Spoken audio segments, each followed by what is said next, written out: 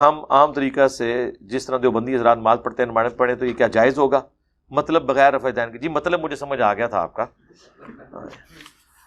جی آپ پڑھ لیں لیکن پہلا رفع دین بھی چھوڑ دیں تاکہ آپ اللہ کو کہیں کہ میرے نزدیک چونکہ رفع دین منسوخ تھا تو میں نے پہلا بھی نہیں کیا، میں اتنا ایماندار ہوں کہ میں ڈائریکٹ آ کے نماز شروع کرتا تھا. اور اگر آپ پہلا کریں گے تو پھر ظاہر ہے آپ عوام کی شرم کی وجہ سے نبی کی سنت کو چھوڑ رہے ہیں، تو پھر تو میں آپ کو حسن نثار کا شعر ہی سناؤں گا نا، تیرے ہوتے جنم لیا ہوتا. تو خالی باتیں ہی ہیں. تو میرے بھائی کوئی مسئلہ نہیں ہے، اب تو بڑی ٹالرنس آ گئی ہے. آپ دیکھیں جب سے یہ میڈیا کا دور آیا ہے، ایئر فلائٹ شروع ہوئی ہیں، فریکوینٹلی لوگ حج عمرے کے لیے جانا شروع ہوئے ہیں، اب ٹالرنس لوگوں میں آ گئی ہے. دنیاوی تعلیم کی برکت بھی اس میں ایڈ کر لیں.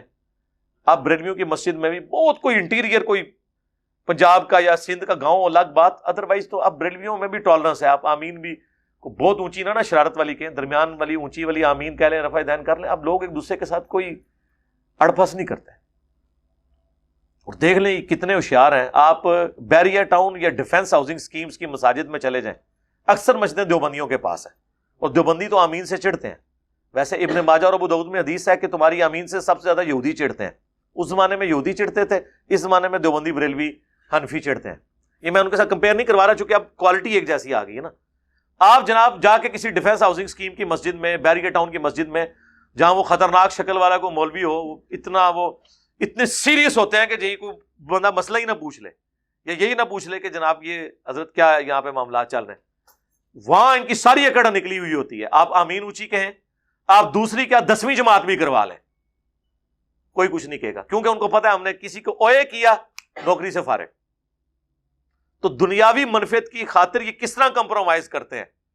ان کا سارا عشق حنفیت ڈیفنس ہاؤسنگ اسکیم میں اور بیریا ٹاؤن میں نکل جاتا ہے، کیونکہ دنیاوی عشق اس کے اوپر غالب آ جاتا ہے. یہ پریکٹیکلی آپ چیک کر لیں. اسی طریقے سے ہمارے گورنمنٹ کے آفیسز کے اندر مجھے نہیں یاد پڑتا کہ آج تک کسی نے اس طرح کر کے بھی دیکھا ہو کہ آج اقامت اکیری پڑی گئی ہے تو آج جو ہے وہ ایک اہل حدیث امامت کروا رہا ہے، تو آج ایک دیوبندی کروا رہا ہے تو میں اس کو پیچھے کر لوں. نہیں، آفیسز میں ایون یونیورسٹیز کے اندر بھی ٹالرنس ہے.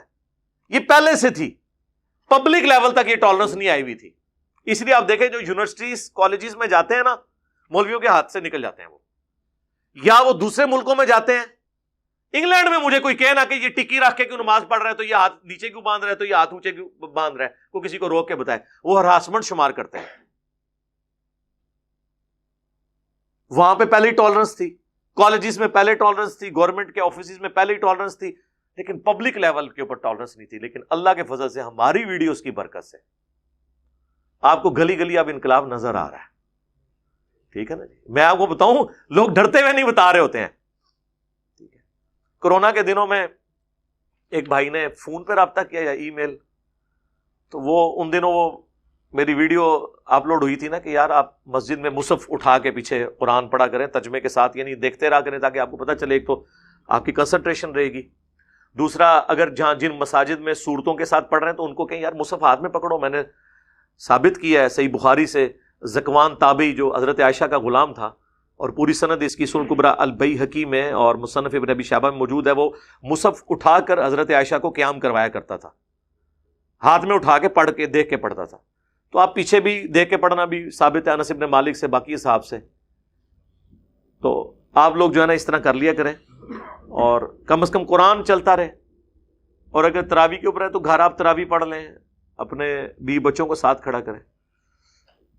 وہ بھائی کہتے ہیں ہماری مسجد میں بحث چھڑ گئی، تو کہتے ہیں میں تو یہ ڈر رہا تھا بتاتے ہوئے کہ اس طرح مطلب انجینئر صاحب نے تو یہ دلائل ثابت کیے کہ، تو میں نے وہاں ویسے بات کر دی کہ میں نے کہا جی تراویح تو گھر بھی پڑھی جا سکتی ہے، بلکہ افضل ہے گھر پڑھنا. سر یہ ہمارے سے پہلے کون کہتا تھا گھر پڑھنا افضل ہے؟ یہ تو کہتے تھے جو تراویح نہیں پڑھتا اس کا روزہ ہی نہیں ہوتا. اور جو 8 پڑھ کے جاتے تھے، ہمیں پتہ ہے ہم حنفی تھے نا بریلوی، ہم اتنے غصے سے دیکھتے تھے یہ 8 پڑھ کے نکل گیا. یہ نہیں کہتے تھے، اس پہ غصہ کرتے تھے، اور جو آتا نہیں تھا اس پہ کوئی غصہ نہیں ہوتا تھا. آپ نماز نہ پڑھیں آپ سے کوئی ناراض نہیں، آپ رفع الیدین سے نماز پڑھیں تو آپ سے بے نمازی بھی ناراض ہو جائے گا.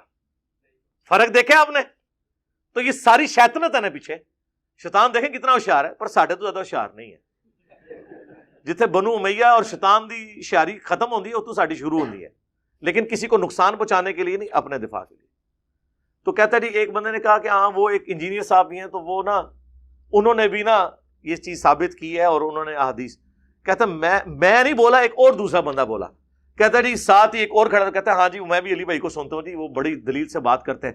کہتے وہ ہم جو 6-7 بندے تھے وہ سارے سنتے تھے لیکن ایک دوسرے کو نہیں پتا تھا سنتے ہیں, ڈرتے ہوئے بتاتے نہیں تھے.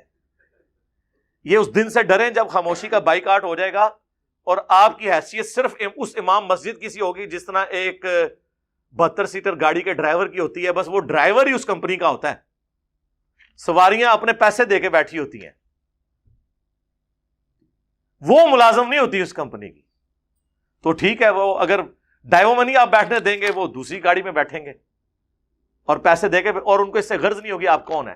چپ کر کے اپنی وہ ڈرائیونگ سیٹ پہ آپ کریں, وہ آرام سے نماز پڑھیں گے بیٹھ کے, جس طرح مسجد میں اذکار ہوتے ہیں, جیسے وہ گاڑی میں وہ سو جاتے ہیں, جب منزل آتی ہے اتر جاتے ہیں, جب سلام پھیرے گا وہ چلے جائیں گے, ان کو اس سے غرض ہی نہیں ہوگا.